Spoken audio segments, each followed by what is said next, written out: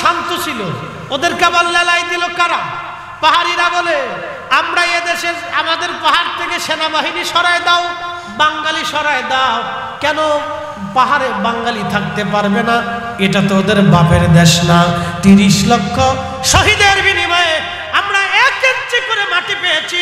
পাহাড়িদের কথা, পাহাড় থেকে বাঙালি সরতে পারে না। এটা আমার জমিন, এই জমিনের জন্য প্রয়োজন বোধে আমরা প্রত্যেকটা বাঙালি রক্ত দেওয়ার জন্য প্রস্তুত। কথা বলেন ঠিক কিনা? ফটিকছড়ির মুসলমান, পাশে মহান আল্লাহর একজন ওলি ঘুমিয়ে আছেন।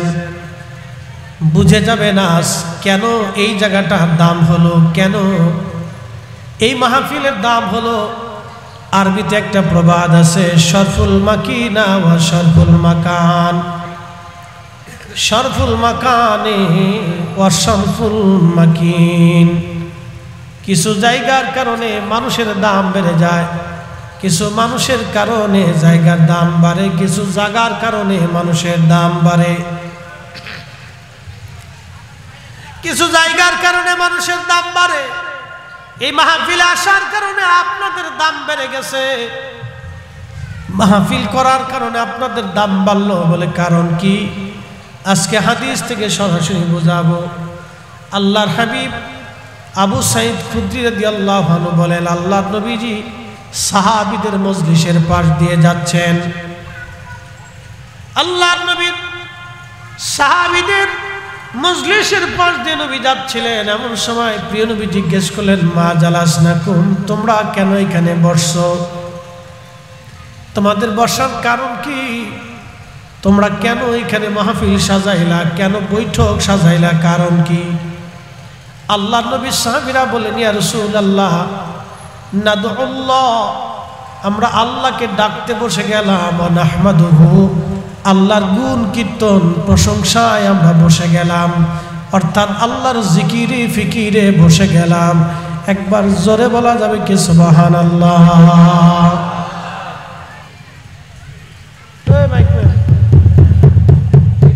গানের আওয়াজ করে ব্যাদ ব্যাদ ব্যাদ করে কমা।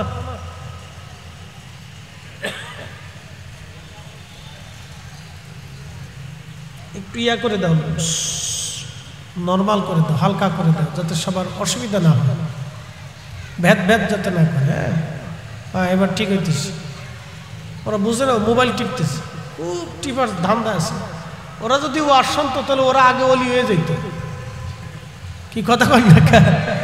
জীবনে যত মাহফিল ওরা আইছে, ওরা যদি ওয়াজ শুনতো আর বাড়ি পর্যন্ত নিয়ে যাইত, তাহলে ওরা বক্তা হয়ে যেত। সব কোয়ালিটির বক্তার ওয়াজ শোনার অভিজ্ঞতা ওদের আছে। ওরা জীবনে অলি হয়ে যেত, কিন্তু কিছু নিতে পারে না, খালি শুনে চলে যায় আর খালি মাইক টাঙায়, কিন্তু কিছু নিতে পারে না। এখান থেকে আমাদেরকে নিয়ে যেতে হবে। কথা কোন ঠিক কিনা? নিতে হবে, নেওয়ার জন্য আসছি। যদি বাজারেই ঢুকলেন কিছু নিতেই না পারলেন, তাহলে আপনার ব্যর্থতা। লেখাপড়া শিখছেন, যদি মানুষ না হতে পারেন তাহলে ব্যর্থতা। মুসলমান হয়েছেন, যদি আকীদায়ে আহলে সুন্নাত ওয়াল জামাত না হতে পারেন তাহলে ব্যর্থতা। মুসলিম হয়েছেন, মুসলমান না হয়ে কবরে যাইতে না পারলে ব্যর্থতা। দুনিয়ার থেকে মাহফিলে বসছেন, যদি আখিরাতের সদাই নিয়ে যেতে না পারেন তাহলে ব্যর্থতা। এখান থেকে নিয়ে যেতে হবে। প্রিয় উপস্থিতি, ফটিকছড়ির মুসলমান, আল্লাহর নবী সাহাবীদের বললেন, সাহাবীরা তোমরা বসে বসে কি করো? সাহাবীরা জবাব দিল, ইয়া রাসূলুল্লাহি নাদউল্লাহ, আল্লাহকে ডাকতেছি জামাতের সাথে। একবার জোরে বলবেন কি মারহাবা? বুঝে যায়, জামাতের সাথে আল্লাহকে ডাকতেছি, দলবদ্ধভাবে আল্লাহকে ডাকতেছি। এখন আমার প্রশ্ন, যারা মিলাদুন নবীর মাহফিল কায়েম করলে বেদাত বেদাত করে চিৎকার করে, তাদের বোঝা উচিত যে এই মিলাদুন নবী মূলত নাদউল্লাহ, আল্লাহকে ডাকার মাহফিল। কি কথা কন না ঠিক কিনা? কাকে ডাকার মাহফিল? এই মিলাদুন নবীর মাহফিল শেষে আমরা মুনাজাত করব কার কাছে? মাগরিব থেকে শেষ সময় পর্যন্ত কোরআন সুন্নাহ থেকে প্রত্যেকজন উলামায়ে কেরাম তাকরীর করতেছে। তাহলে এই দুনিয়ার এই জায়গাটা সাধারণ জায়গা থাকে না। নাদউল্লাহ ওয়া নাহমাদুহু, সাহাবীদের তরিকায় মজলিস কায়েম করে আল্লাহর জিকিরে আল্লাহর হামদে কাটানোর এই মজলিসটাকে, এটা আল্লাহ রাসূল হিলাকুজ জিকির ওয়া রিয়াজুল জান্নাহ, জিকিরের মজলিস, আল্লাহর বেহেশতের বাগান বলে গণ্য করেছেন। তাহলে এই মাহফিলগুলি আল্লাহর বেহেশতের বাগান। যারা বেদাতের ফতোয়া দেয় তাদের অন্তরে অন্ধকার, তাদের অন্তরে কুলুসুতায় ঘুরে রসুল প্রেম থেকে বিচ্ছিন্ন হয়ে তারা শয়তানের প্রেমে নিবদ্ধ হয়ে গেছে। তখন ঠিক কিনা? তারা নিজেরা বুঝতেছে না, তারা ডাইভার্ট হয়ে যাচ্ছে, ভাবতেছে আমি অনেক বড় ফজিলতের কাজ করছি, আসলে কিছুই না। প্রেম ফটিক শরীর মুসলমান, আল্লাহর নবী বললেন সাহাবীরা কেন তোমরা মাহফিল সাজাইলা, কারণ কি? নবীজি জবাব দিলেন আলামা হাদানা লিদীনিহি, আল্লাহ আমাদেরকে দ্বীনের উপরে হেদায়েতের উপরে প্রতিষ্ঠিত করেছেন। আমরা আগে নাফরমান ছিলাম, আমরা দ্বীন বুঝতাম না, ইমান কি জিনিস বুঝতাম না, কালেমা কি জিনিস জানতাম না, আপনি নবী কি জিনিস আমরা চিনতাম না। আল্লাহ আমাদেরকে হেদায়েত দিয়েছেন, গুমরাহি থেকে আল্লাহ আমাদেরকে পথ দেখাইছেন। যদি কোনোদিন মক্কাতে যান, হেরেমে যান, হেরেমের পাশে এখনো সেই জায়গাটা শনাক্ত আছে, জায়গাটা খালি করে রাখা হয়েছে। তৎকালীন সময়ের আরবের মানুষেরা জীবন্ত মেয়ের সন্তানদেরকে কোরবানি জবাই দিত, জীবন্ত মেয়েদেরকে কবরের ভিতরে তারা পুড়িয়ে পুড়িয়ে মারত। রাহমাতুল লিল আলামিন নবীজি ডাক দিলেন সাহাবীরা কেন তোমরা এই মাহফিল কায়েম করলা? সাহাবীরা দুইটা কারণের কথা বললেন। আলামা হাদানা লিদীনিহি, আল্লাহ আমাদেরকে দ্বীন দিয়েছেন, হেদায়েত দিয়েছেন। আর আরেকটা কারণ ওয়ামান্না আলাইনা বিকা, আপনি নবী নামক মহা নিয়ামত আল্লাহ আমাদেরকে দিয়েছেন। আপনি নবী নামক মহা নিয়ামত আল্লাহ আমাদেরকে দিয়েছেন। আপনি নবী নামক মহা নিয়ামত আল্লাহ আমাদেরকে দিয়েছেন। এই শুকরানা আমরা মাহফিল সাজিয়া নাদউল্লাহ, আল্লাহকে ডাকি, ওয়া নাহমাদুহু, আল্লাহর প্রশংসা করি, নবী পাইয়া প্রশংসা করি, নবী পাইয়া আমরা মাহফিল সাজাইছি। একবার জোরে বলবেন কি আল্লাহু আকবার? কি পাইয়া? জোরে বলেন কি পাইয়া? আরো জোরে বলেন কি পাইয়া? হ্যাঁ হয় না, আরো জোরে বলেন কি পাইয়া? আজকের মাহফিল দিলাম কি পাইয়া? হ্যাঁ জোরে জোরে জোরে জোরে না, ক্লাস হয়ে যাক। আজকের মাহফিল পাইলাম কি পাইয়া? সাহাবীরা মাহফিল দিয়েছে কি পাইয়া? তো সাহাবীদের উদ্দেশ্যের সাথে আজকের উদ্দেশ্যের কোনো বেমিল আছে? একই মিল, নাম একটু ভিন্নতা হতে পারে। ওই সময় হয়তো নাম দেন না, এই সময় আমরা নাম দিয়ে দিচ্ছি। কি কথা কন না কেন? আমরা নাম দিছি, ওই সময় নাম ছিল না। তাফসীরুল কোরআন মাহফিল, ওই সময় কোনো নাম ছিল না, কিন্তু মাহফিল হয়েছে। আল্লাহ রাসূলের হাদিস অনুযায়ী হিলাকুল জিকির হয়েছে, যেটা আমাদের দেশে অনেকে বলে হালকা হালকা জিকির। প্রিয় মুসলমান, খুব মনোযোগ দিয়ে, তাফসীরুল কোরআন মাহফিল নামে কোনো মাহফিল ছিল না, ইসলাহি জলসা নামে কোনো মাহফিল ছিল না, খাতমে বুখারী নামক কোনো মাহফিল ছিল না, ওই সালানে ইসলাহ মানে কোনো মাহফিল ছিল না, ইসলাহি সম্মেলন মানে কোনো মাহফিল ছিল না। এই পৃথিবীতে যত যা কিছু বলেন, ওরস শরীফ মাহফিল নামে কোনো মাহফিল ছিল না, এই নামে কোনো মাহফিল ছিল না, ইসলামিক জলসা নামে কোনো মাহফিল ছিল না, এর নামে কোনো মাহফিল ওই সময় ছিল না। কিন্তু মাহফিল হইতো, মাহফিল তারা একত্রিতভাবে বসে ওয়াজ নসিহত হইতো, জিকির আজগার হতো। আজকে আমরা মাহফিল সাজাই দিলাম নবী পাইয়া, সাহাবীরা মাহফিল দিয়েছিল নবী পাইয়া। একবার জোরে বলা যাবে কি মারহাবা? ত্রিভুবনের প্রিয় মুহাম্মদ এলো রে দুনিয়ায় রে সাগর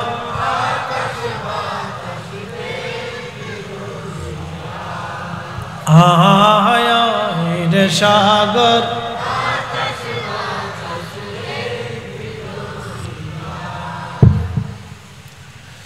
ধুলির ধরা বেহেশত আজ জয় করিল দিল রে লাজ আজকে খুশির ঢল নেমেছে ধূসর সাহারায়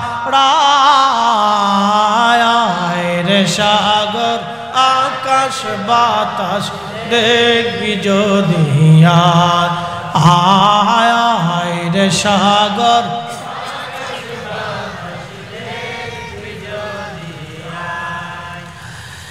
আল্লাহর নবী সাহাবীরা দুই কারণে মাহফিল সাজাইলেন। এক কারণ হেদায়েত পাইলেন, দ্বীন পাইলেন, আর এক কারণ নবী নামক মহা নিয়ামত পাইলেন। এখন প্রশ্ন করি, নবী যদি না আসতেন হেদায়েতও পাইতাম না, দ্বীনও পাইতাম না। নবী যদি না হইতেন হেদায়েতও হতো না, দ্বীনও হতো না, কোরআনও পাইতাম না, মাহফিলও পাইতাম না, মসজিদও হতো না, ঈমানও পেতাম না, এই সুন্দর দিনও পেতাম না, আখিরাতের মুক্তি হতো না। নবীর কারণে আমরা দ্বীন ও মিল্লাত পেয়েছি। অতএব ওই নবী হলেন সর্বসর্বা।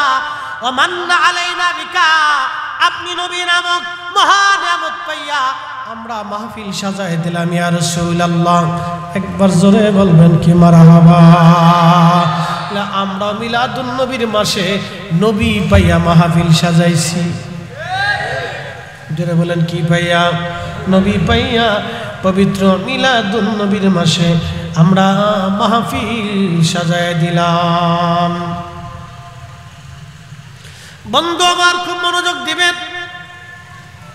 আল্লাহর হাবিব ডাক দিয়ে বলতেছে, সাহাবীরা রে, তোমাদের আর কোনো উদ্দেশ্য আছে নাকি? তোমরা কসম করো, তোমরা যে মাহফিলটা সাজাইলা দুইটা উদ্দেশ্যের কথা বললা, এছাড়া কি ভিন্ন কোনো উদ্দেশ্য তোমাদের আছে? আচ্ছা আপনারা বলেন, আপনারা কি মাহফিল সাজাইছেন চেয়ারম্যানিতে দাঁড়ানোর জন্য? মেম্বারি দাঁড়াবেন? বর্তমান ওই প্রধান উপদেষ্টার কাছ থেকে কিছু টাকা করিয়ে আনবেন, যেহেতু আপনাদের এলাকার ছেলে, চিটাগাঙ্গের ছেলে। চিন্তা করছেন মাহফিল একটা সাজায় যদি সিন টিন দেয়, রাস্তা মাস্তা বরাদ্দ দেয়, এরকম কোনো উদ্দেশ্য আছে? সাহাবীরা যে মাহফিল দিল, আল্লাহর হাবিব ডাক দেখবে, সাহাবীরা তোমরা কসম করো, এছাড়া আর কোনো উদ্দেশ্য তোমাদের আসেনি? সাহাবীরা জবাব দিল, আল্লাহি, খোদার কসম করে বলি ইয়া রাসূলুল্লাহ, আমাদের আর কোনো উদ্দেশ্য নাই। সুবহানাল্লাহ বলবেন। আমাদের আর কোনো উদ্দেশ্য নাই, শুধু দুই কারণে বসলাম। একটা কারণ আপনি নবী পাইলাম, দুই কারণ আমরা দ্বীন পাইলাম, ঈমান পাইলাম। এই কারণে আজকে আমরা মাহফিল সাজাইলাম। আল্লাহর হাবিব ডাক ডাকতে, সাহাবীরা রে, তোমাদেরকে সন্দেহ করতেছি, বিষয়টা এরকম না। সাহাবীরা তোমাদেরকে সন্দেহ করি, কারণ তোমরা আমার ছাত্র, তোমাদেরকে সন্দেহ করার কোনো কারণ নাই।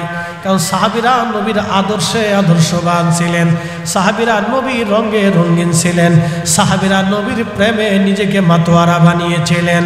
এই জন্য সাহাবী আল্লাহ নবী বলেন, আল্লাহ আল্লাহ ফি আসহাবি, আল্লাহ আল্লাহ ফি আসহাবি। আমার উম্মত, আমার সাহাবীদের ব্যাপারে আল্লাহকে ভয় করো, সাহাবীদের ব্যাপারে আল্লাহকে ভয় করো। লা তাত্তাখিযুহুম ওয়ারাদাম মিন বাদি, আমার ইন্তেকালের পরে আমার সাহাবীদের সমালোচনা করবে না, তাদের গালি দিবে না, কঠোর ভাষা ব্যবহার করবে না, তাদের ত্রুটি বিচ্যুতি গলে খুঁজে খুঁজে বের করবে না। একবার জোরে বলবেন কি মারহাবা।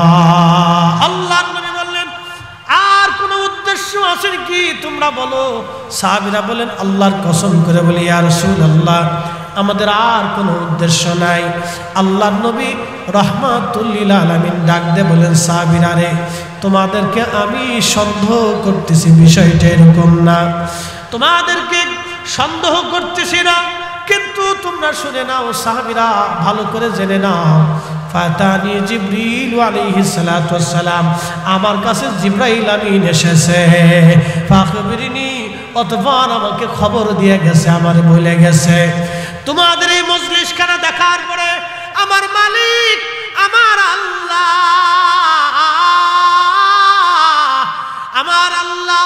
সমস্ত ফেরেশতাদের সামনে নিয়ে তোমাদের এই মজলিসখানা নিয়ে আমার আল্লাহ তোমাদেরকে নিয়ে ইউবাহিকুমুল মালায়েকা ফেরেশতাদের সামনে তোমাদের বিষয় নিয়ে আল্লাহ অহংকার করতেছে, গর্ব করতেছে। একবার আওয়াজ তুলে জোরে বলেন ইয়া রাসূলুল্লাহ, চিৎকার মেরে জোরে বলেন আল্লাহু আকবার। না হয় না, আর উচ্চ আওয়াজে বলেন আল্লাহু আকবার। এই মাহফিল পাইয়া মাহফিলের জন্য খুশিকে বেজারকে আল্লাহ কেন না বেজারকে খুশিকে ইউবাহিকুমুল মালায়েকা। আল্লাহর নবী বলতেছেন সাহাবীরা রে, তোমাদের এই মজলিস খানা দেখার পরে আল্লাহর ফেরেশতাদের সামনে গর্ব করে। কি গর্ব? ফেরেশতাদেরকে আল্লাহ বলেছেন ওয়াইদ ক্বালা রাব্বুকা লিল মালাইকাতি ইন্নী জাইলুন ফিল আরদি খলিফা। ফেরেশতারা রে, আমি দুনিয়ার ভিতরে খলিফা পাঠাবো, প্রতিনিধি আমি পাঠাবো। ফেরেশতারা বলল রব ক্বালু ওয়া তাজআলু ফিহা, অ্যাটেনশন, ফিহা মান ইউফসিদু ফিহা ওয়া ইয়াসফিকুদ দিমা।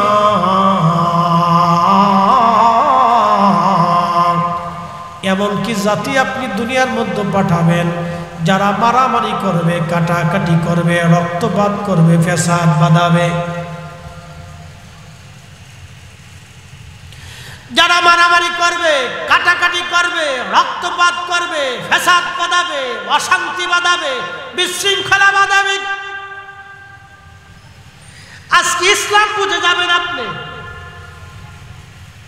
দুনিয়ার ভেজাল মীমাংসা করার জন্য আল্লাহর নবী একটা যুবকদের সংগঠন করেছিলেন, নাম কি? হিলফুল ফুজুল। মক্কার ঝামেলা, যুদ্ধ বিগ্রহ, মারামারি, অশান্তি, বিশৃঙ্খলা বন্ধ করার জন্য আমার রাসূল সেই দিন তাদেরকে বলেছিলেন, আমার নবীজি হিলফুল ফুজুল সংগঠন গঠন করে পেয়ারা নবী রাসূল করিম সাল্লাল্লাহু আলাইহি সাল্লাম আল্লাহর জমিনে শান্তির চেষ্টা করেছিলেন। একবার জোরে বলা যাবে সুবহানাল্লাহ? না হয় না, আর জোরে বলে মনোযোগ দিয়ে। হিলফুল ফুজুল কারণ কি? আল্লাহর নবী সর্বপ্রথম ভেজাল মীমাংসা করার জন্য হিলফুল ফুজুল একটা সংগঠন নবীজি করলেন। হিলফুল ফুজুল কারণ কি? সারা মক্কাতে যুদ্ধ বিগ্রহ, মারামারি, কাটাকাটি, অশান্তি, বিশৃঙ্খলা দূর করার জন্য নবীজি হিলফুল ফুজুল গঠন করলেন। একসাথে বলবেন সুবহানাল্লাহ। আর আমাদের দেশে কি শুধু ভেজাল বাঁধানোর চেষ্টা? পাহাড়ের মানুষ শান্ত ছিল, ওদেরকে আবার লেলাই দিল কারা? পাহাড়িরা বলে আমরা এদেশে আমাদের পাহাড় থেকে সেনাবাহিনী সরায় দাও, বাঙালি সরায় দাও। কেন পাহাড়ে বাঙালি থাকতে পারবে না? এটা তো ওদের বাপের দেশ না। ৩০ লক্ষ শহীদের বিনিময়ে আমরা ১ ইঞ্চি করে মাটি পেয়েছি। পাহাড়িদের কথা, পাহাড় থেকে বাঙালি সরতে পারে না।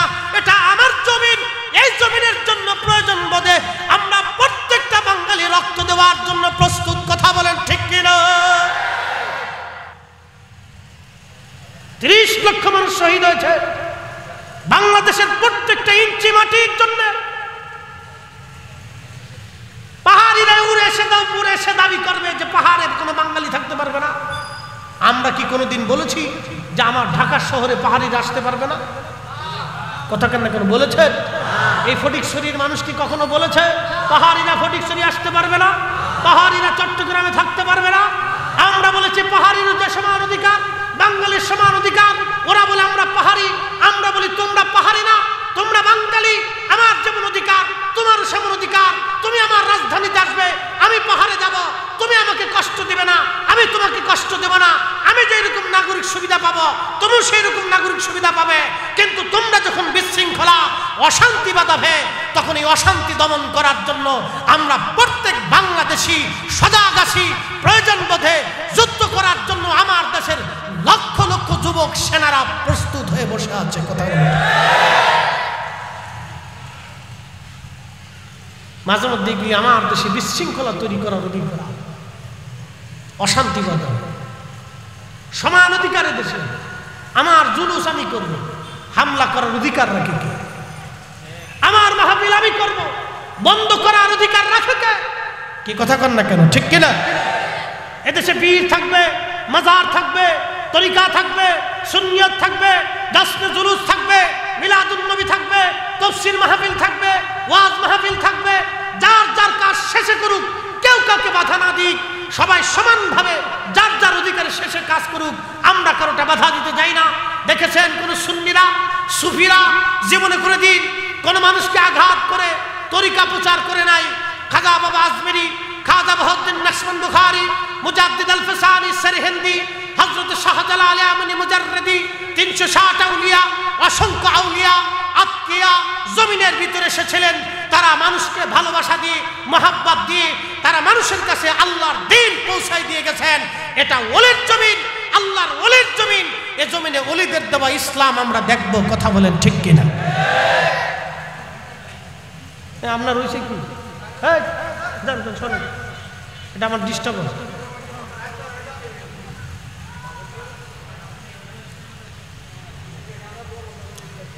খুব মনোযোগ দিয়ে ওয়াজ হচ্ছে, একটা রুহানিয়ত। ডানবাম হয়ে গেলে তখন এটা নষ্ট হয়ে যায়। তা মনোযোগ দিয়ে আল্লাহর ফেরেশতারা বলতেছে, আতাজআলু ফিহা মাইয়ুফসিদু, ওরা ফসাদ করবে। আমার দিকে তাকান, কি করবে? ফসাদ বাঁধাবে। আচ্ছা, নাবির নিচে হাত বেঁধে নামাজ পড়া, এটা তো আজকের তরিকা না, এটা আমার নবীর দেওয়া তরিকা। কথা ঠিক কিনা? আমরা তো 1450 বছর পর্যন্ত হকের উপরে আছি। তুমি এসে আমার মসজিদের ভিতরে এটা উঠাই দিয়ে ঝগড়া বাঁধাইয়া, আমার যুবকের ভিতরে অশান্তি সৃষ্টি করে দিয়ে, আমার দেশের মা পুত, ছেলে, বাবা, সন্তান, ভাই ভাইয়ের ভিতরে ফ্যাসাদ বাঁধানোর অধিকার তোমার কে দিয়েছে? আমরা 20 টাকার তারাবির নামাজ 1450 বছর ধরে এই জমিনে চলতেছে। শাহজালাল আমিনী 750 বছর আগে এসেছে। 800 বছর আগে থেকে জমিনে দ্বীন আসতেছে। 800 বছর ধরে আমরা তো ঠিকই রাসূলের তরিকা, সাহাবায়ে কেরামের তরিকা আমরা তারাবির নামাজ 20 টাকা পড়তেছি।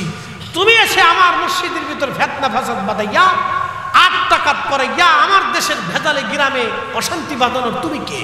কি কথা কন না কেন? এগুলো ফ্যাসাদ। এগুলি কি? জোরে কন না, এগুলি কি? এগুলি হচ্ছে ডিভাইডেড নীতি। মুসলমানদেরকে ভাগ করে দাও, এক এক ভাগে এক এক মুসলমান থাকুক, ঐক্যবদ্ধ না থাকুক। আজকে যারা সবার বাংলাদেশে যত মুসলমান মুসলিম দল আছে, ইসলামী দল আছে, সুন্নি হোক, অন্য ঘরানার হোক, যারা হোক, সবাই মিলে যদি এক টেবিলে বসে রাষ্ট্র সংস্কারের কাজে সবাই সবাইকে সহযোগিতা করত, তাহলে আশা করি আমাদের ভিতরে আর দ্বন্দ্ব থাকতো না। কথা কোন ঠিক কিনা? আমরা তো এটাই চাই, আমরা তো এটাই চাই। যার কাজ সে করুক, কেউ কারো আঘাত না করুক, কারো অধিকার কেউ হরণ না করুক, আমরা এটাই চাই। আজকে দেখেন, বড় আশ্চর্য আফসোসের সাথে কথা বলতে হয়, আপনি ভারতের মুম্বাই, মহারাষ্ট্রের দিকে যদি তাকান, ওরা ভাবছিল মুসলমান বুঝি ঝিমিয়ে গেছে। আমার রসুলকে, আমার হাবিব আল্লাহর পেয়ারা মেহবুবের নামে বাজে কথা বলেছে ভারতের মহারাষ্ট্রের এক ধর্মগুরু। আল্লাহ মাফ করুক আমাদেরকে, আমরা কোনো সনাতন ধর্মের গুরু, তাদের ধর্মীয় কোনো উপাসনালয় নিয়ে, তাদের ধর্মীয় কোনো দেবতা নিয়ে আমরা কখনো কটূক্তি করি না। এটা আমাদের ইসলাম বহির্ভূত কাজ। কথা কোন ঠিক কিনা? তাদের কোনো ধর্মীয় উপাসনায় নিয়ে, তাদের কোনো ধর্মীয় ব্যক্তিত্ব নিয়ে আমরা আলেমরা কটূক্তি কখনো করি না। কিন্তু তারা মাঝে মধ্যে আমার রসুলের শানে এই সমস্ত বাজে বাজে কথা বলে মুসলমানদেরকে উস্কিয়ে দেয়, মুসলমান হত্যার নীল নকশা করে। আজকে মহারাষ্ট্রে লক্ষ লক্ষ মুসলমান রাস্তায় নেমেছে আমার রসুলের পক্ষে স্লোগানের জন্য। নবীর ইজ্জতের পক্ষে দাঁড়িয়েছে। আমরা বাংলার সুন্নি জনতা আমাদের আকাবিরদের পক্ষ থেকে যদি ডাক আসে, তাহলে বাংলাদেশের লক্ষ লক্ষ কোটি কোটি সুন্নি জনতা নবীর পক্ষে ঘর থেকে বের হয়ে আসবে। কথা বলেন ঠিক না বেটা?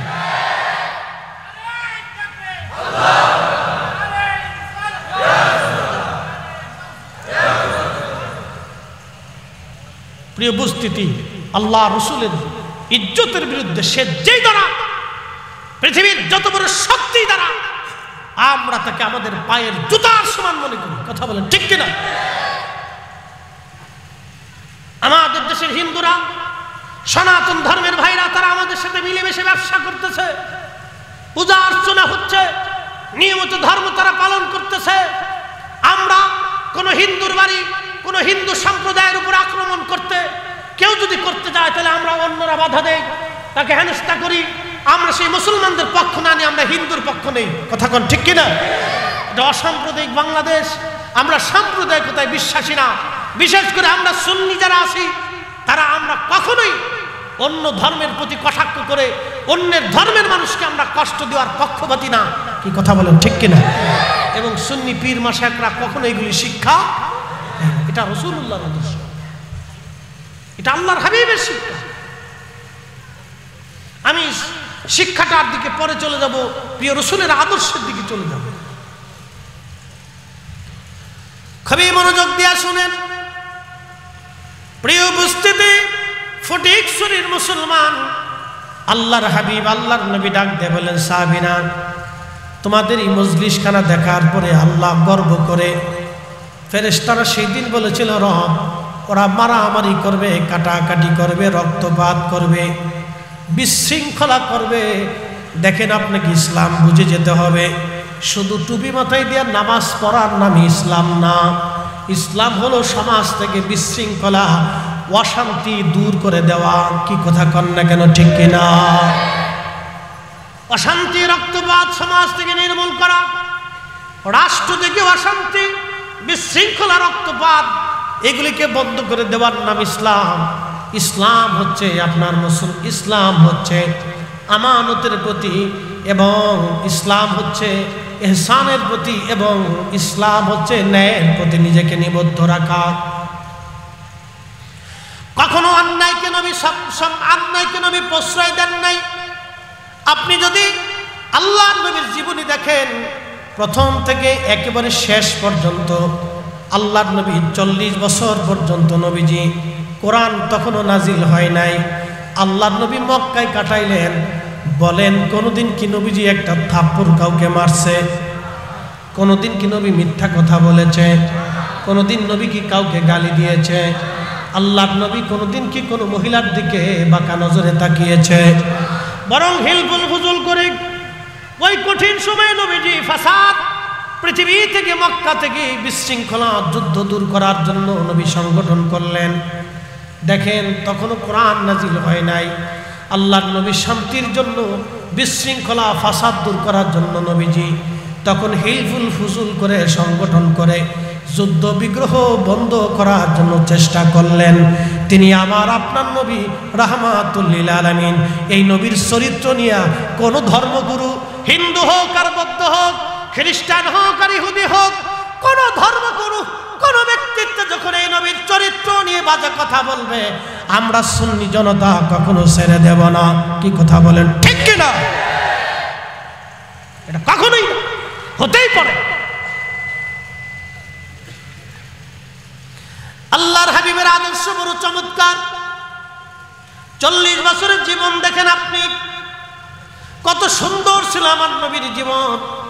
আহা, একটু কথা বলবেন, নবীজি 40 বছরে কি একটা মিথ্যা বলছে? জীবনের শেষ সময় পর্যন্ত কি মিথ্যা বলেছে? কখনো একটা শব্দ মিথ্যা বলেন নাই। শুধু মিথ্যা না, জীবনে কোনোদিন একটা ফায়সা শব্দ উচ্চারণ করেন নাই, জীবনে গীবত করেন নাই। দেখেন, আমরা ওয়াজ করি, আমরা অমুক ভালো না, তমুক ভালো না, নানান সময় বলে ফেলে দেই। এটা আমাদের ভুল। অমুক ভালো না কটূক্তি করে বসি, গালি দিয়ে বসি। অন্য ঘরানা, অন্য মতের আলেম ওলামা ধরে অনেক সময় আমরা গালি দিয়ে বসি, কটূক্তি করি। ইসলাম এটা সমর্থন করে নাই। আল্লাহর নবী 40 বছর পর্যন্ত নবীজির কাছে কোরআন নাজিল হয় নাই, তারপরও রাহমাতুল লিল আলামিনের আদর্শ এত চমৎকার, তিনি কখনো কোনো কাফেরকে গালি দেন নাই, কুটুক্তি পর্যন্ত করেন নাই, দিন প্রচার করেছেন। নবীকে মারা হয়েছে, আল্লাহ নবীর দন্ত শহীদ করে দেওয়া হয়েছে, নবীকে খাবার দেওয়া হয় নাই, শিয়াবে আবি তালিবে 2 বছর পর্যন্ত বন্দি রাখা হয়েছে, তারপরেও আল্লাহ নবী কুটুক্তি করেন নাই, ভিন্ন মতের কাফের কুফারদেরকে কখনো গালি দেন নাই। একবার জোরে বলা যাবে কি মারহাবা। রাসূলের সারা জীবনের 1463 বছরের জীবনে আপনি তন্ন তন্ন করে তালাশ করবেন, একটা গালিও পাবেন না, একটা গালিও পাবেন। 4 খলিফা খেলাফতের জীবনে বিরোধী ছিল, মতামত ছিল, মতানৈক্য ছিল, কিন্তু কখনো গালি দেন নাই। হযরত আলী রাদিয়াল্লাহু আনহুর সময় দুইটা ভয়ঙ্কর যুদ্ধ হয়েছে, তারপরেও গালি দেন নাই। ইমাম হুসাইন রাদিয়াল্লাহু আনহু যুদ্ধের ময়দানে দাঁড়ানো, তখনও গালি দেন নাই। একসাথে বলা যাবে আল্লাহু আকবার। হয় না আরো জোরে বলুন আল্লাহু আকবার। এটা আমাদের আদর্শ, এটা আমাদের কি আদর্শ। ভিন্ন মত হতে পারে, রাজনীতি আলাদা হতে পারে, রাজনীতির ব্যক্তিত্ব আলাদা হতে পারে, গালি দেওয়া যাবে না, কটূক্তি করা যাবে না, ব্যক্তি সম্পর্কে বেহা মন্তব্য করা যাবে না। প্রিয় মুসলমান, খুব মনোযোগ দিয়ে আল্লাহর হাবিব রাহমাতুল লিল আলামিন নবীজি, আল্লাহর নবীজি ডাক দিয়ে বলতেছে, সাহাবীরা তোমাদের মজলিসখানা দেখার পরে আল্লাহ ফেরেশতাদের মজলিসে আল্লাহ অহংকার করে। ফেরেশতারা বলল, আল্লাহ এরা কি মারামারি করবে, কাটাকাটি করবে? আল্লাহ বললেন ক্বালা, ফেরেশতারা আরো বলল, ওয়া নাহনু নুসাব্বিহু বিহামদিকা ওয়া নুকাদ্দিসু লাক। ও আল্লাহ, আমরাই তো আপনার হাম করি, আপনার জিকির করি নতুন করে। এই মানব জাতি দুনিয়াতে বানানোর কি দরকার আছে? আমরাই তো হাম করি, আমরাই তো জিকির করি, কিন্তু আল্লাহ আমাদেরকে নিয়ে কেন অহংকার করে? দেখেন এখানে আমরা যারা আসছি, যতগুলি মানুষ বসছি, সবার ভিতরে কাম আছে, ক্রোধ আছে, লোভ আছে, মোহ আছে, হিংসা আছে, কামনা বাসনা হারিয়া, নেগেটিভ আছে, পজিটিভ আছে। আমাদের মন চায় ভালো ভালো খাইতে, আমাদের মন চায় অন্যের মাল কেড়ে নিতে। এগুলি আমাদের আদত। আল্লাহ পাক এই নেগেটিভ আর পজিটিভ আল্লাহ দিয়ে দিলেন। নেগেটিভ পজিটিভ দেওয়ার পরে আমার মালিক আমার আল্লাহ দুনিয়ার মধ্যে আমাদেরকে পাঠাইলেন। দুনিয়ার ভিতরে পাঠাইয়া আল্লাহ আমাদেরকে পরীক্ষায় নিবেদিত করলেন। পরীক্ষায় নিবেদিত করার পরে আমার আগে ছিল এইভাবে ভালো ছিল, তোমরা তো ছোট বয়স অল্প বয়স মনে হচ্ছে, অভিজ্ঞতা কম আছে, একটু কমাই দাও, হালকা টন কমাই দাও, একটু দুরূদ শরীফ পড়ি। আল্লাহুম্মা সাল্লি আলা, একবার কমায় না, আবার হালকা হালকা বাড়াও, সাই বাজতে ওয়ালা আলি সাইয়্যিদিনা।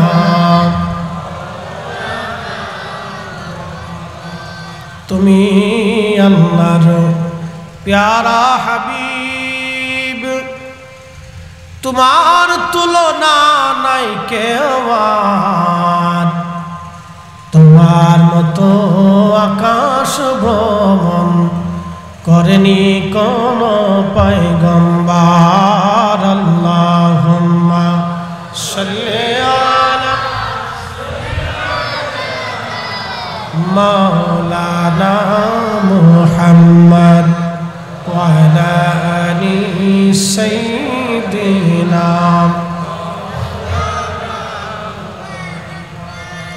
প্রিয় মুসলমান আমার, খুবই মনোযোগ দিয়ে শুনবেন। আল্লাহ বললেন, ফেরেশতারা, ইন্নী আ'লামু মা লা তা'লামুন, আমি যা জানি তোমরা জানো না। বলে প্রশ্ন রাখবেন, ফরিদি হুজুর কারণ কি, কি জন্য আল্লাহ কথাটা বললেন? ফেরেশতারা জানতো না এই মানব জাতির ভিতরে আল্লাহ রাহমাতুল লিল আলামিন পাঠাবে। এই মানব জাতির ভিতরে নূরে মুহাম্মাদি আসবে। এই মানব জাতির ভিতরে সৃষ্টির আল্লাহর সবচেয়ে প্যারা মেহবুবকে আল্লাহ পাঠাবে। ফেরেশতারা এটা জানতো না, ফেরেশতারা জানতো না এই মানব জাতির সঙ্গে আমার আল্লাহর প্রেম হবে। প্রশ্ন করি, জবাব দিবেন। জিন জাতিদের ভিতরে কি খাজা বাবা আজমিরি আছে? একসাথে বলেন। হুজুর গাউসে পাক আছে? জিন জাতির ভিতরে কি মুজাদ্দিদ আল ফিসানি, বাহাউদ্দিন নাশমান বুখারী, শাহজালাল ইয়ামিনী আছে? তার মানে জিনদের ভিতরে আপনি কোনো ওলি পাবেন না। অথচ কোরআন বলতেছে ওয়ামা খালাকুতুল জিন্না ওয়াল ইনসা ইল্লা লিয়াবুদুন। আমি মানুষ আর জিন দুইটা জাতি বানাইলাম আমি আল্লাহর গোলামি করার জন্য, কিন্তু জিনদের সাথে আল্লাহর প্রেম হয় নাই। জিনদের সাথে আল্লাহর প্রেম হয় নাই। কোটি কোটি বছর জিনেরা পৃথিবীতে চলতেছে,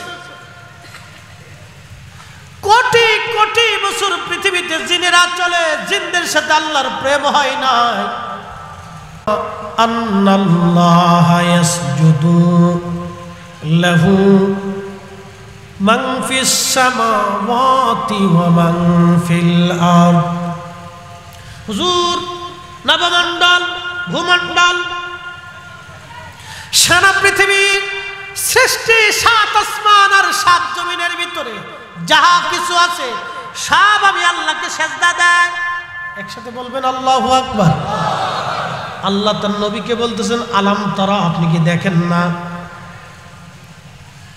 রসুলের শান বলতে বলেছেন, কি করে শান আমি বলবো? আলাম তারা, আপনি কি দেখেন না? আমার নবীজি যখন রাস্তা দিয়ে হাঁটতেন গাছে নবীকে সালাম দিত, সাহাবীরা জানতো না, কিন্তু নবী সালামের জবাব দিতেন। পাহাড়ে সালাম দেয়, নবী সালামের জবাব দিতেন। পাথরে নবীকে সালাম দিত, নবী সালামের জবাব দিতেন। উট, দুম্বা, ছাগল, বেড়া নবীকে সালাম দিত, নবীজি সালামের জবাব দিতেন। সাহাবীরা শুনতো না, কিন্তু আমার নবী সালামের জবাব দিলে সাহাবীরা বলতে ইয়া রাসূলুল্লাহ, কেউ সালাম দিল না, কিন্তু কে উত্তর জবাব আপনি দিলেন, কারণ কি? বলে তোমরা শোনো নাই, এই পাথর আমাকে সালাম দিয়েছে। একবার জোরে বলবেন কি আল্লাহু আকবার।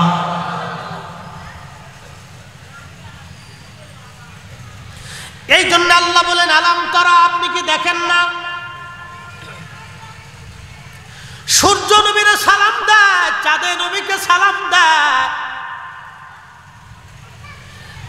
চাঁদ আল্লাহর জিকির করে আল্লাহকে সেজদা দেয়, আমরা দেখি না, কিন্তু নবী দেখতেন। সূর্য আল্লাহকে সেজদা দেয়, আমরা দেখি না, কিন্তু নবী দেখতেন। গাছে নবীরে সেজদা দেয়, আল্লাহরে সেজদা দেয়, কিন্তু আমরা দেখি না, নবী দেখতেন। পাহাড় আল্লাহকে সেজদা দেয়, আশ-শামসু ওয়াল কামারু ওয়ান নুজুমু ওয়াল জিবালু ওয়াশ-শাজারু ওয়াদ-দাওয়াবু ওয়া কাসীরুম মিনান নাস।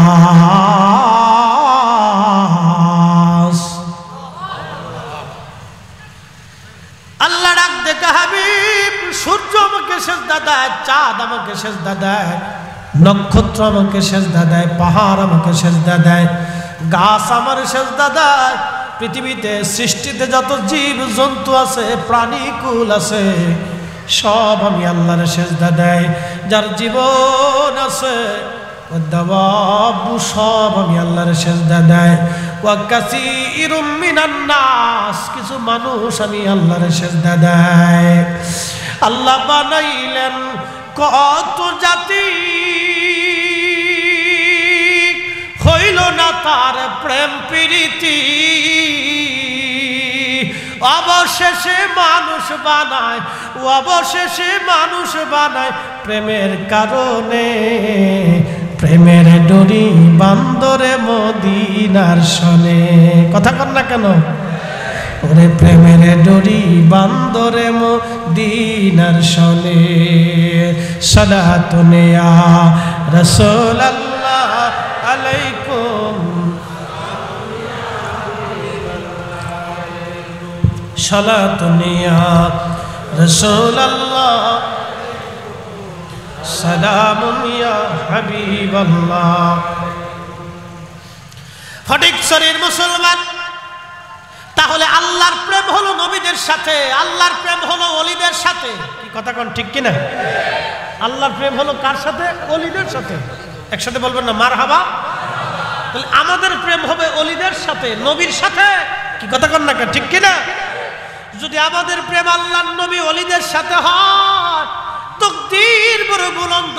এই জন্য আমরা বারবার বলি, ফিরে যাও, লা ইউমিনু আহাদুকুম হাত্তা আকুনা আহাব্বা ইলাইহি মিন ওয়ালিদিহি ওয়া ওয়ালাদিহি ওয়ান নাসি আজমাইন। ব্যাখ্যা করে হাদিসটাকে পাঠ করে আপনাকে শোনাইতেছি। আল্লাহ বানাইলেন কত জাতি,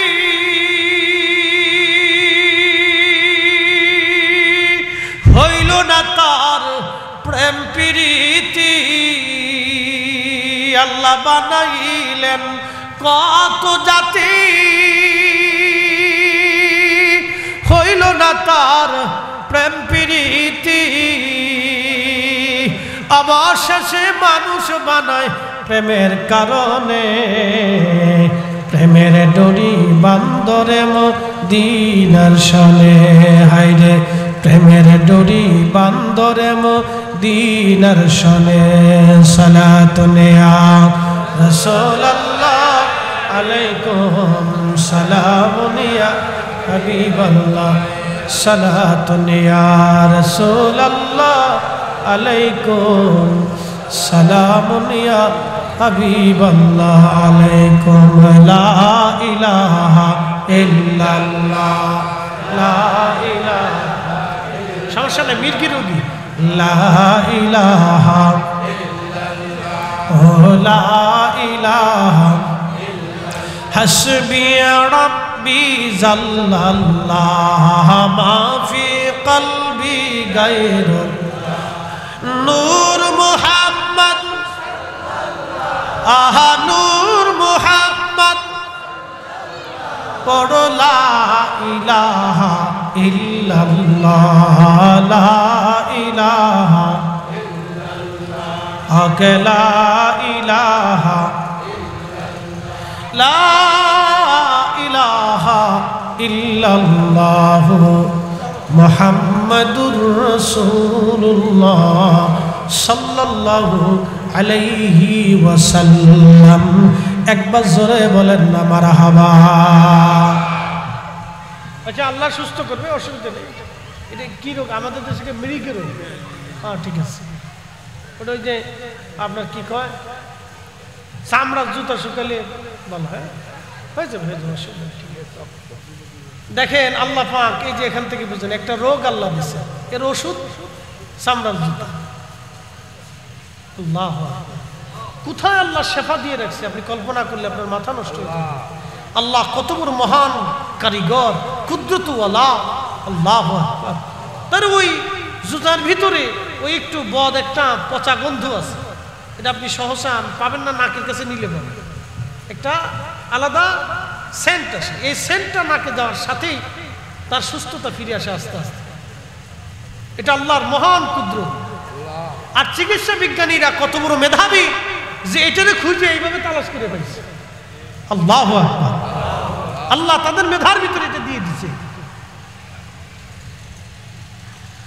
প্রিয় মুসলমান, খুব মনোযোগ দিয়ে, মানুষ বড় আশ্চর্য সৃষ্টি আমার আল্লাহর। মানুষ বড় আশ্চর্য সৃষ্টি আমার আল্লাহর। এই মানুষের সাথে আল্লাহর প্রেম, এই মানুষের সাথে আল্লাহর প্রেম, অন্য কোনো বস্তুর সাথে আল্লাহর প্রেম হলো না। এই মানুষের সাথে আল্লাহর প্রেম হয়ে গেল। এই মানুষের সাথে ভালোবাসার জন্য আমার আল্লাহ মানব জাতি বানাইলেন। এই জন্য আমরা ফিরে ফিরে বারবার আল্লাহর দিকে ফিরে যেতে হবে। আল্লাহ রসুলের গোলামির দিকে আমাদেরকে ফিরে যেতে হবে। একটু মনোযোগ দিয়ে, আল্লাহ রাব্বুল আলামিন সেদিন ফেরেশতাদেরকে বলতেছে, ফেরেশতারা আমি যা জানি তোমরা তা জানো না। এই মানব জাতির ভিতরে আখিরি নবী আসবে, এটা মানব জাতি জানতো না, ফেরেশতা জাতি জানতো না, এটা আল্লাহ নিজে জানতেন। আল্লাহ তার রাসূলকে মানব জাতির মধ্যে পাঠাবে, এগুলি ফেরেশতারা জানতেন না, এটা আল্লাহ রাব্বুল আলামিন জানতেন। এজন্য আল্লাহর নবীর কোনো শানকে, কোনো বিষয়কে আপনারা ছোট করে দেখবেন না, সাবধান। যদি ছোট করে দেখেন তাহলে মহা বিপদ হয়ে যাবে।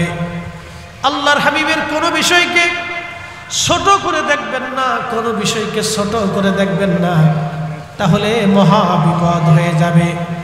বলছিলাম নবীজির আদর্শের কথা, আল্লাহর হাবিবের আদর্শের কথা বলে দিয়ে যায়। পৃথিবীতে তশরিফ আনলেন, 40 বছর বয়সে কোরআন নাজিল হলো।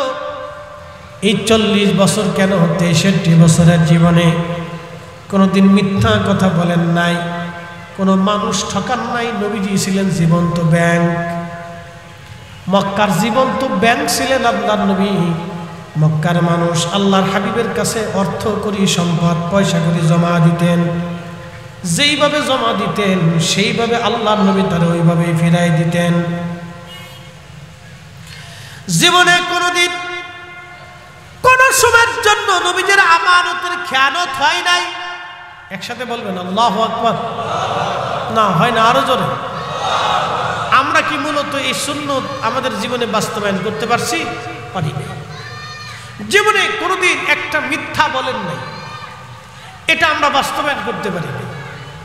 জীবনে কোনোদিন কোনো মানুষকে, কোনো সৃষ্টিকে, কোনো প্রাণীকে ধোঁকা দেন নাই, এটা আমরা পারি না।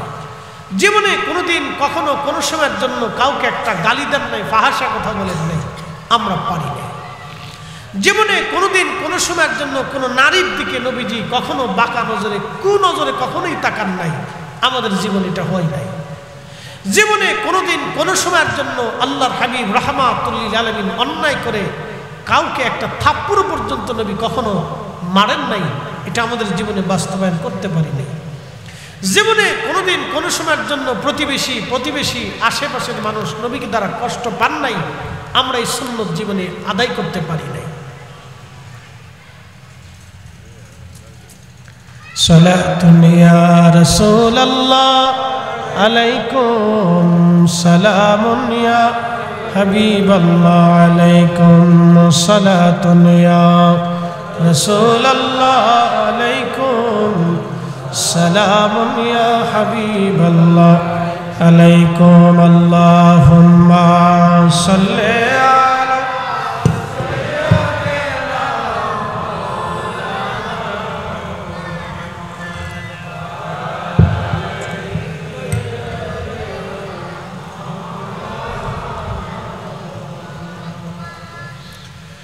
আল্লাহর নবীর জীবনের একটা পাঠ আপনাদেরকে শোনাই, মনোযোগ দিয়ে। আল্লাহ রাসূলের ধাত্রীমা ছিলেন হালিমাতুস সাদিয়া রাদিয়াল্লাহু আনহা। মহিয়সী একজন নারী ছিলেন, বড়ই ভাগ্যবান। ভাগ্য গুণে মানুষ নবী পায়, ভাগ্য গুণে মানুষ মুসলমান হয়, ভাগ্য গুণে মানুষ ইমানদার হয়, ভাগ্য গুণে মানুষ নবীর আশিক হয়, ভাগ্য গুণে মানুষ অলি হয়, ভাগ্য গুণে মানুষ অলি আল্লাহর মুহিব্বিন হয়। কি কথা কন না কেন? বুঝতে কি কোনো অসুবিধা হচ্ছে? বুঝে যাবে, এগুলি ভাগ্য গুণে হয়, নসিব গুণে হয়। আল্লাহর নবীজি তশরিফ আনলেন পৃথিবীতে। প্রিয় নবীজি পৃথিবীতে তশরিফ আনলেন, দোলনার ভিতরে শোয়া। হালিমাতুস সাদিয়া বলতেছেন, আমি রসুলকে দেখার জন্য গেলাম, যাই দেখি দোলনার ভিতরে সুদর্শন চমৎকার সুন্দর একটা বাচ্চা দোলনার ভিতরে শুয়ে রাখা হয়েছে। এত সুন্দর জীবনে কোনোদিন আমি কোনো মানুষ দেখিনি। দোলনার ভিতরে শোয়া, সবুজ রেশমের কাপড়, নিচে সাদা রেশমের কাপড়, তার চেহারা থেকে নূর আসতেছিল, নূর আসতেছিল চেহারা থেকে। অ্যাটেনশন, আল্লাহর হাবিব বলতেছেন, হযরত হালিমা হালিমা বলতেছেন, আমি রসুলকে দেখার জন্য গেলাম, সুন্দর চেহারা দেখে আমি মোহিত হয়ে গেলাম যে মানুষ কি করে এত সুন্দর হতে পারে। এই জন্য আল্লাহ রসুল বলতেন, আনা মালিহুন ওয়া আখি ইউসুফ সাবিহুন, আমি লাল সুন্দর, আমার ভাই ইউসুফ তিনি সাদা সুন্দর। নবীজি লাল সুন্দর ছিলেন, লাল সুন্দর, এত সুন্দর ছিলেন যে পৃথিবীতে এরকম মানুষ পাওয়া খুব দুষ্কর।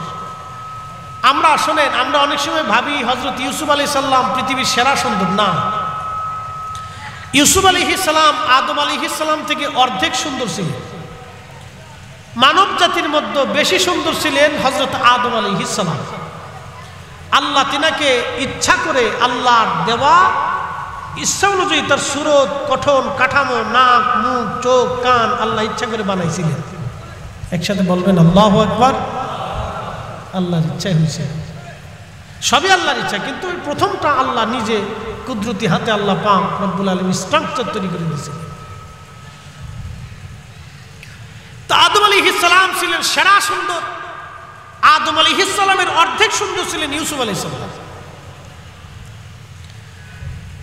মহিলারা ইউসুফ আলাইহিস সালামের চেহারা দেখে আঙ্গুল কাটতে, কমলা কাটতে যায় তারা তাদের হাত কেটে ফেলে দিয়েছে। কমলা লেবু কাটতে যায় তারা তাদের হাত কেটে ফেলে দিল।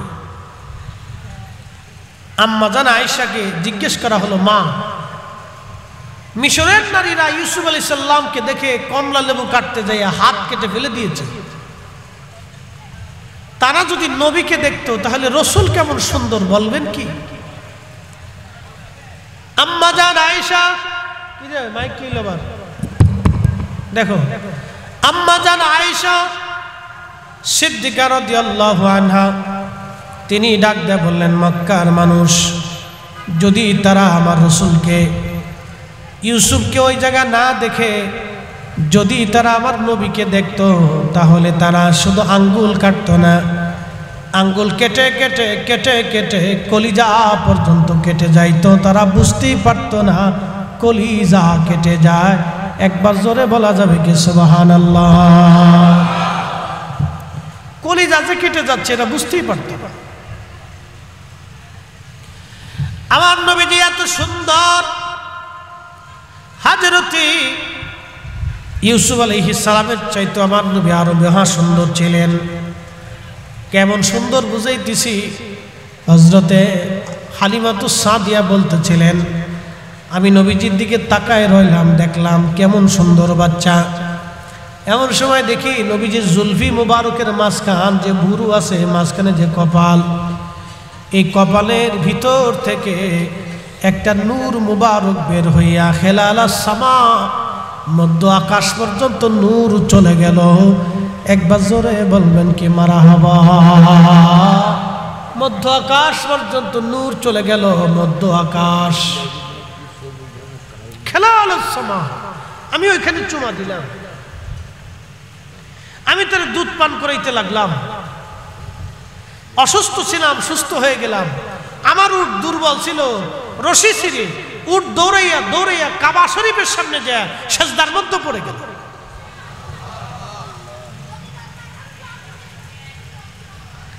ফটিকছড়ির মুসলমান মনোযোগ দিবেন। আল্লাহর নবীজি হালিমাতুস সাদিয়া রাদিয়াল্লাহু আনহা, আরো অনেক কথা, এদিকে যাব না। প্রিয় নবীর আদর্শের কথা বলছিলাম। আল্লাহর হাবিব রাহমাতুল লিল আলামিন নবীজি নবুয়ত আসলো, অর্থাৎ কোরআন নাজিল হলো। কোরআন নাজিল হয়ে যাবার পরে আল্লাহর নবীর দ্বীনে দাওয়াত দিতে লাগলেন। মক্কা থেকে হিজরত করে নবীজি মদিনায় চলে গেলেন। মদিনায় যাওয়ার পরে আল্লাহর হাবিব রাহমাতুল লিল আলামিনকে দেখার জন্য হযরতে হালিমা গেলেন। হযরতে হালিমাতুস সাদিয়া নবীজিকে দেখার জন্য সুদূর মদিনা তায়েফ থেকে মদিনার পানে রওনা হয়ে গেলেন। তখন তিনি বৃদ্ধা হয়ে গেছেন, একেবারে দুর্বল হয়ে গেছেন তিনি। একটু দুরূদ পড়ি, আল্লাহুম্মা সাল্লি আলা মাওলানা মুহাম্মদ।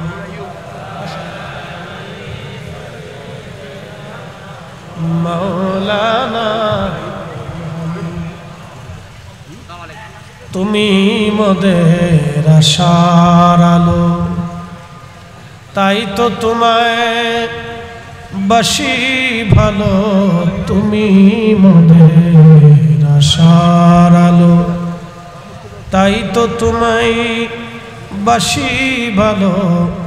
হৃদয় নামীর ফুলদানিতে, হৃদয় নামীর ফুলদানিতে গেথে রেখেছি প্রেমের মালা।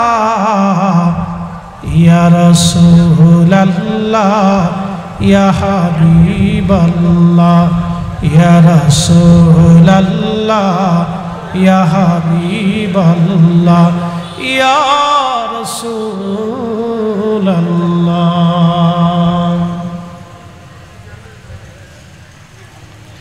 হাজিরিন, সময় কম, কথা বেশি। যুবক, আপনারা আমার দিকে তাকান, ভালো করে শুনে নেন। প্রিয় নবীজি হালিমা আসতেছে, আল্লাহর নবীর সাহাবীরা বসা মুস্তাদরিক হাকিম লিসাইয়াইনের ভিতরে আসছে। আল্লাহর নবী সাহাবায়ে কেরাম নিয়ে বসে আছেন। আহা, আল্লাহর নবীর ধাত্রী মা হালিমাতুস সাদিয়া রাদিয়াল্লাহু আনহা যখন আসছে, উনি দূর থেকে দেখতেছেন হযরত হালিমা আমার দিকে আসেন। আল্লাহর নবী হঠাৎ করে দাঁড়ায় গেলেন, আল্লাহর নবী সাহাবীরা দাঁড়ায় গেল। একটু সুবহানাল্লাহ বলবেন। নবীজি দাঁড়ায় গেলেন, সাহাবীরা দাঁড়ায় গেল, সাহাবীরা দাঁড়ায় গেল। এমন সময় নবীজির গা মোবারকে চাদর। ও যুবক, আমার দিকে তাকাবেন, আদর্শ রাসূল থেকে শিখে যান। লাকাদ কানা লাকুম ফি রাসূলিল্লাহি উসওয়াতুন হাসানাহ। আল্লাহ কোরআনে মালিক বলতেছে, কোরআনে মালিক বলতেছে, এ মানব জাতি, আমার বান্দারা, আমার রাসূলের আদর্শ তোমাদের জন্য উত্তম, আমার রাসূলের আদর্শ তোমাদের জন্য উত্তম আদর্শ। একবার জোরে বলা যাবে কি মারহাবা। আমার নবীর আদর্শ তোমাদের জন্য উত্তম মডেল, উত্তম আদর্শ।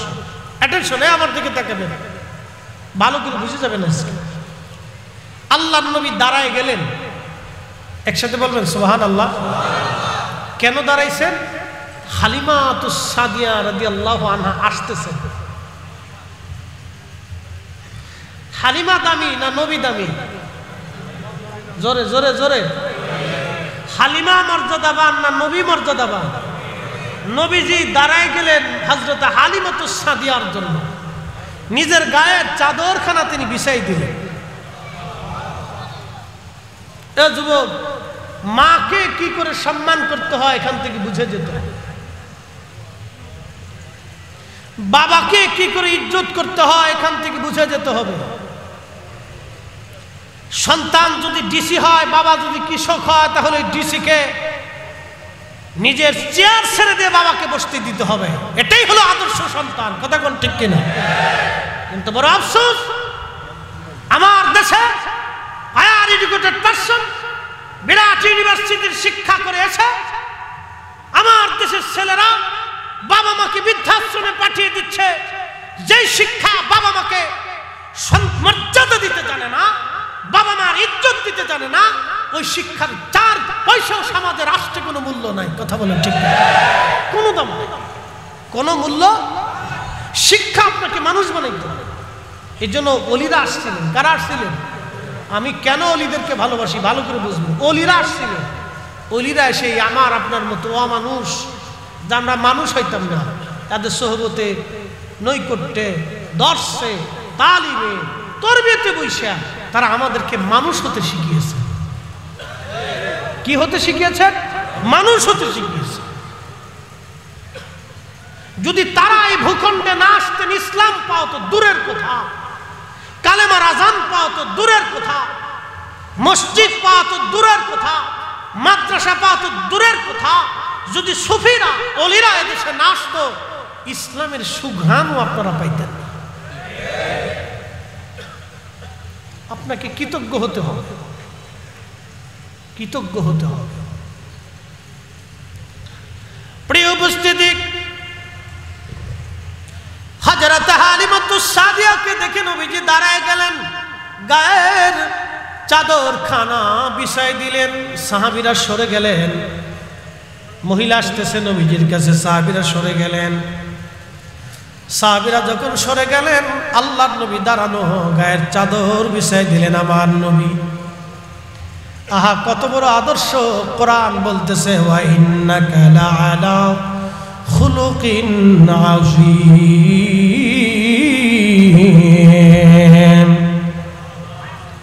হাবিব, আপনার আদর্শ মহান মহান মহান মহান মহান। এত বড় মহান শব্দ, আজিম শব্দ আল্লাহ কারো ব্যাপারে কোরআন বলেন নাই। ওয়া ইন্নাকা লাআলা খুলুকিন আযীম। সৃষ্টির মধ্যে আপনি মহান আদর্শ, মহান আদর্শ, আপনি মহান আদর্শওয়ালা। আপনার মতো আদর্শওয়ালা আর কেউ নাই। আপনি মহান আদর্শওয়ালা, মহান আদর্শওয়ালা। ওই নবীকে যারা গালি দিবে, ওই নবীর চরিত্র নিয়ে যারা বাজে কথা বলবে, সে হিন্দু ধর্মগুরু হোক, মুসলিম ধর্মগুরু হোক, নাস্তিক হোক, আস্তিক হোক, সে যেই হোক না কেন, সে যেই হোক না কেন, আমরা মনে করব তার জন্মে ভেজাল আছে। কোন সন্দেহ? সন্দেহ নেই, কোন সন্দেহ নেই।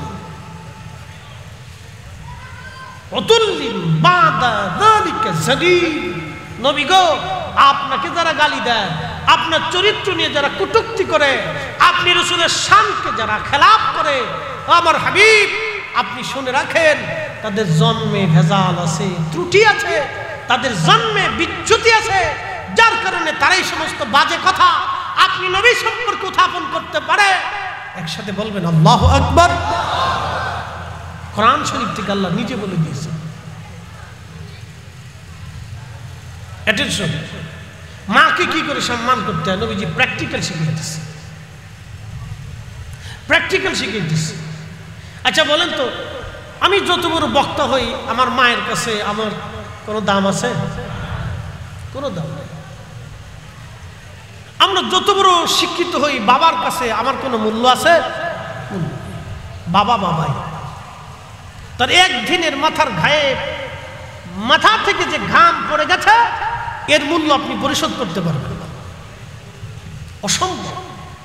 মা কত রজনী আপনার জন্য নির্ঘুম কাটিয়েছে, একটা রাতের হক আপনি আদায় করতে পারবেন না। কি কথা কোন ঠিক কিনা? এখানে সম্মানিত ব্যক্তিরা বসে আছেন, মুরব্বিনী کرام বসে আছেন, এলাকার গণ্যমান্য ব্যক্তিরা বসে আছেন, সমাজের সুধী সমাজ এখানে বসে আছেন। আমাদের উচিত, যেই ছেলেরা, যেই মায়ের মেয়েরা বাবা মাকে নীরব নির্যাতন করে, নীরব নির্যাতন বুঝেন, মানসিকভাবে বাবা মাকে হেনস্থা করে, নির্যাতন করে। অনেক সময় ছেলেরা বাবা মার শরীরে হাত পর্যন্ত তোলে। যেই ছেলেরা বাবা মার গায়ে হাত তুলবে, সমাজের নেতৃস্থানীয় ব্যক্তি, তাদের হক হচ্ছে ওকে ধৈর্য নিয়া এই ফটিকছড়ির বান্ডার শরীফের ওই মূল গেটের কাছে নিয়া 3 রাস্তার মোড়ে ফেলাইয়া ওরে পিটাইয়া বুঝাইতে হবে, এই সমাজে নীরবভাবে বাবা মার প্রতি জুলুম কেউ মেনে নিবে না। কথা কন ঠিক কিনা? পিটাইতে হবে, ওরে পিটাই ওর পিঠের চামড়া উঠাইতে হবে, ওকে সমাজ থেকে বহিষ্কার করে দিতে হবে। শুধু ওয়াজে অনেক সময় কাজ হয় না, সামাজিক প্রধান যারা আছে তাদেরকে কঠোর হতে হবে, সামাজিক অন্যায়গুলিকে দূর করার জন্য তাদেরকে কঠিন হতে হবে, ফ্যামিলিতে তাকে কঠিন হতে হবে। শুধু সন্তানকে আদর করলেই হবে না, শাসনও করতে হবে। মোহতারাম উপস্থিতি, আহা, আল্লাহ রাসূলের চরিত্র কত বড় মহান ছিল, চাদর বিছিয়ে দিলেন। হযরত হালিমাতুস সাদিয়া চাদরে এসে বসে গেলেন, তারপরে নবী বসে। একসাথে বলবেন আল্লাহু আকবার। নবীর দাম বেশি না হালিমার দাম বেশি? নবীর দাম বেশি, কিন্তু আল্লাহর নবী সে মা সম্মান করতেছে। হালিমাতু সাদিয়া রাদিয়াল্লাহু আনহা চাদরে বসে গেলেন, আল্লাহর নবী বসে গেলেন। তখন হালিমাতু সাদিয়া প্রশ্ন করতেছিলেন, ইয়া রাসূলুল্লাহ, ছোট্টকালের একটা বিষয় আমি জানতাম না, আপনার কাছে জানতে চাই। হুজুর, আপনি আমার কোলের মধ্যে থাকতেন, আমি আপনারে দুধ পান করাইতাম, আদর করতাম। দেখছেন মা, দুধ মা রসুলের সামনে এসে বলতেছে, হুজুর ছোট্টকালে আমি আপনার কোলের মধ্যে রাখছি। ইয়া রাসূলুল্লাহ, মা হয়ে সন্তানকে কিভাবে সম্মানের সাথে ডাকতে হয় বলতেছি, ইয়া রাসূলুল্লাহ, আমি ছোট্টকালের একটা জিনিস জানতে চাই। বলে, আম্মা কি বলেন? বলতেছে, হুজুর ছোট্টকালে আপনি আমার ডান স্তনের দুগ্ধ পান করেছেন, কোনোদিনও বাম স্তনের দুগ্ধ আপনারে পান করাইতে পারি নাই। হুজুর কারণ কি বলবেন নি? আপনি ডান স্তনের দুধ পান করেছেন, কোনোদিন বাম স্তনের দুধ পান করেন নাই নবী, কারণ কি বলবেন নি? আল্লাহর নবী মুস্কি হাসি দিয়ে বলেন, মা আমি তখনও জানতাম আমার একটা দুধ ভাই আছে। আল্লাহু আকবার। না না হয় না, আরো জোরে বলেন আল্লাহু আকবার। আপনি মায়ের কোলে কি করেছেন মনে আছে? হ্যাঁ, কথা কন না, মনে আছে? আমরা 2 বছর বয়সে কি করছি মনে আছে? 5 বছরেরটা মনে আছে, 10 বছরেরটা আছে। আজ থেকে 10 বছরের কথাই তো ভুলে গেছেন, ঠিক কিনা? আমার নবীর বয়স তখনও 50। হালিমাতু সাদিয়া বলে, হুজুর আপনি আমার কোলের মধ্যে ডান স্তনের দুধ পান করতেন, বামেরটা করেন নাই, কারণ বুঝলাম না। আল্লাহর নবী মুস্কি হাসি দেখায়, মা আমি বামেরটা করি না, আমি তখনও জানতাম আমার একটা দুধ ভাই আছে, যদি দুধ পান করে সব শেষ করে দেয় আমার ভাইয়ের হক নষ্ট হবে, সে ক্ষুধার্ত থাকবে। একবার জোরে বলা যাবে কি মারহাবা? আর আমরা বড় ভাই ছোট ভাই ভাই মা মরে যাওয়ার সাথে সাথে মারামারি শুরু করে দিয়েছি। হ্যাঁ, কথা কন না কেন? বাবা মরে যাওয়ার সাথে সাথে ভাইয়ে বোনে কিলে কিলি মারামারি ফাঁসরা বসে যুদ্ধ বিদ্রোহ, থানা পুলিশ, এরপরে অমুক চেয়ারম্যান মেম্বার, এগুলো আইনে এনে বিচার সালিশ করতে দিতেছে। আর আল্লাহর হাবিব, হ্যাঁ এক শেষ হয়ে যাচ্ছে, আমার শেষ তো খুব মনোযোগ দিয়ে আল্লাহর হাবিব রাহমাতুল লিল আলামিনের এই পবিত্র আদর্শ রহমতের নবী, তিনি আমাদেরকে শিক্ষা দিয়ে গেছেন যে ছোটকাল থেকে নবীজি শিশুকালে তার ভাইয়ের হক রক্ষা করছেন। এটার নাম ইসলাম। শুধু নামাজ পড়ে মসজিদ থেকে এসে খাবারে ফরমালিন দিবেন, অন্যের মাল ছিনিয়ে নেওয়ার চিন্তা করবেন, অন্যের জমি কারার চিন্তা করবেন, টাকা মেরে দেওয়ার ধান্দা করবেন, টাকা মেরে দিয়ে হজে যাবেন, টাকা মারার পরে বুজুর্গ হবেন, অন্যের সম্পদ মেরে দিয়ে হাজি সাহেব হবেন, সার পয়সাও দাম নাই, এটাকে ইসলাম বলে না। কি কথা বলেন, ঠিক না? নবী আদর্শ থেকে এগুলি শিখে যাবেন। আমাদের মোহতারাম প্রধান অতিথি আসছেন, তিনি প্রধান অতিথি আসছেন, ওনাকে ফুল দিয়ে বরণ করবেন। আমার আলোচনার ইতি পর্যায়ে নিয়ে আসছি। 2টা সাবজেক্ট দিছিলেন, একটা হলো আল্লাহর হাবিব মিলাদুন নবীর তাৎপর্য, আর একটা রাসূল করিম সাল্লাল্লাহু আলাইহি ওয়াসাল্লামের আদর্শ। এগুলি আল্লাহ আমাদেরকে ধারণ করার জীবনে তৌফিক নসিব করুন, সকলে বলে না।